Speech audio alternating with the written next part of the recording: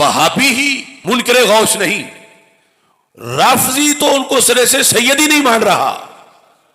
और आज कितने रिफतज़दा आस्ताने हैं, एक तरफ जिलानी कहलवा रहे हैं, गिलानी कहलवा रहे हैं, कादरी कहलवा रहे हैं, और साथ जो है तफसीली बन गए हैं या राफजी बन गए हैं। आज के भोले सुन्नी को ये तो पता है कि फलां ने मेरे बाप को गाली दी थी, मैंने जिंदगी भर उससे नहीं बोलना। फलां ने मेरी मां को गाली दी थी, मैंने जिंदगी भर उसको नहीं बोल, उसके साथ कोई ताल्लुक नहीं रखना।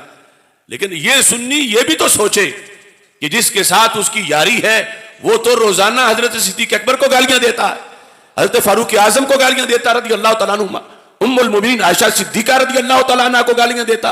कितनी मुकद्दस हस्तियों को, यहां तक कि वो तो तेरे गौस पाक को सैयदी नहीं मानता और तू उसे मुहिब्बे अहले बैत माना हुआ है, और उसकी अहले बैत से इतनी दुश्मनी है। अब आम बंदा जिसका बेटा हो उससे उसकी नफी की जाए कि ये फलां का नहीं है, उसको कितना दुख होता है।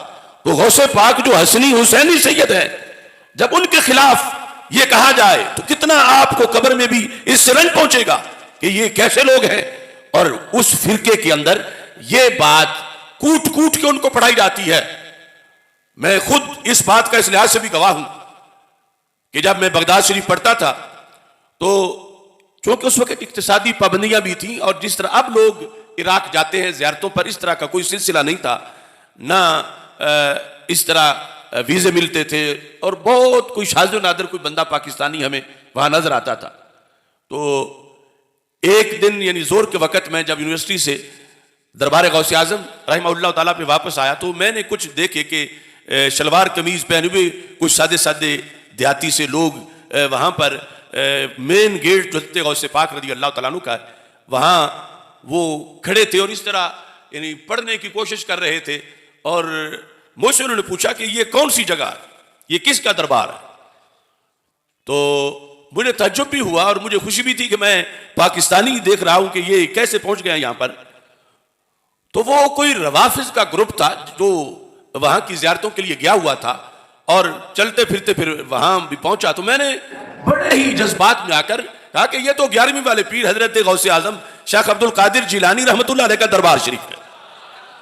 तो मेरे कहने से उन सब के रंग फक हो गए और एक दूसरे को कहने लगे हम ये कहां किधर आ गए हैं, यहां तो हमने आना ही नहीं था। ये उन्हें इतना पायजन किया गया उनके ज़हनों को, और वो इसी बुनियाद पर कि हजरत गौसे पाक ने अपनी जिंदगी में रिफ्ज की वो जड़ें काटी और अहले सुन्नत का वो परचम बुलंद किया कि जिसके जख्म अब तक वो राफिज चाट रहे हैं। लेकिन आज के फरेब खुर्दा दोनों चीजों को इकट्ठा लेके चल रहे हैं, जिलानी भी कहलवाते हैं, गिलानी भी कहलवाते हैं, कादरी भी कहलवाते हैं, और साथ राफजी भी बन जाते हैं, और वो गौसे पाक को सैयदी नहीं मान रहे। जब आला हजरत फाज़िल बरेलवी रहमतुल्लाह अलैह से यहां से ये सवाल गया तो आपने अल जवाब में लिखा, हजूर सैयदना गौसे आजम रदियल्लाहु ताला अन्हो यकीनन कतअन अजल सदाते कराम से हैं। यकीनन कतअन अजल सादाते किराम से हैं। हजूर गौसे पाक की सियादत मुतवातर है, यानी जैसे हदीसें मुतवातर होती हैं कि जिनको एक जमात पूरी जमात से रवायत करे, एक तो ना एक बंदा एक बंदे से रवायत करे। मुतवातर वो है कि हर जमाने में एक जमात पूरी जमात से रवायत करे। तो गौसे पाक रज़ी अल्लाह तआला अन्हु ने लिखा कि बाकी वो कई सैयद तो ऐसे हैं कि वो खबर वाहिद से सैयद हैं, किसी एक ने उनके सैयद होने की खबर दी या कोई एक नसबनामा या शजरा मिला, तो ये तो उन सैयदों में से हैं कि जिनकी सियादत मुतवातर है, यानी उस वक़्त से लेकर इस वक़्त तक हर इलाके में जमाते कसीरा से रवायत करती आई है कि शेख अब्दुल कादिर जिलानी अहले बैत रसूल अलैहि सलाम के गुलशन के बड़े ही खुशबूदार फूल हैं। इसके बाद आपने किताबों के हवाले लिखे, बहजतुल असरार से असनल मफाखिर, नुज़ातुन नवाज़िर, और ऐसे ही मौलाना जामी की तसनीफ से, और ज़ुबदतुल आसार जो हज़रत मुहक्किक शेख अब्दुल हक मुहद्दिस देलवी की तसनीफ है, और बहुत से हवाला जात लिख कर साथ ये भी लिखा, देखो इन बुजुर्गों ने कैसे काम किया। अब ये 26वीं जिल्द है, अगर वो भी तो इंसान थे, अवारिस थे, बीमारियां थी, मुख्तलिफ मामलात थे। आज हम उनके लिखे हुए से एक जिल्द भी ऐसी ना पढ़ सकें, चंद सफ़े भी ना पढ़ सकें, और फिर शिकवे करें कि हमारे लिए तो कोई रहनुमाई करने वाला नहीं। उन्होंने तो कोई कसर नहीं छोड़ी। और जब यह जवाब लिखा तो उस वक्त बीमार भी थे और मुसाफिर भी थे।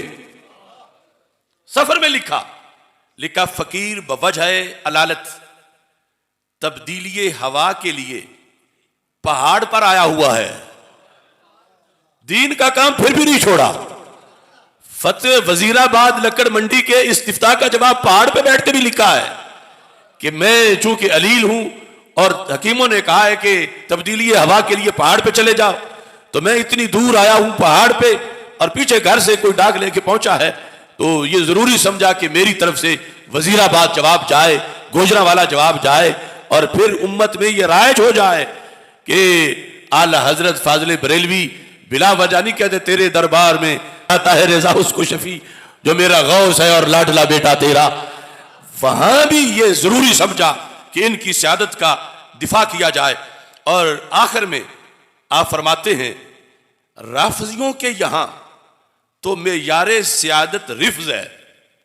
राफजियों के यहां मेयारे सियादत रिफ्ज है। और रिफ्ज क्या है? रिफ्ज मुजद्दिद साहब रहमतुल्लाह अलैह ने लिखा कि मौला अली का प्यार रिफ्ज नहीं, खुलफाए सलासा का बुग़्ज़ रिफ्ज है। वो तो कहते हैं ना हम अली अली कर दिया तो बंदे कहते हैं ये राफजी हो गया। मुजद्दिद साहब ने फरमाया ये झूठ है। अली अली करने से बंदा राफजी नहीं बनता। सिद्दीक़ उमर और उस्मान रज़ी अल्लाह तआला अन्हुम इनके बुग़्ज़ दिल में हो तो फिर बंदा राफजी बनता है। तो यहां लिखा राफजियों के यहां मेयारे सियादत रिफ्ज है।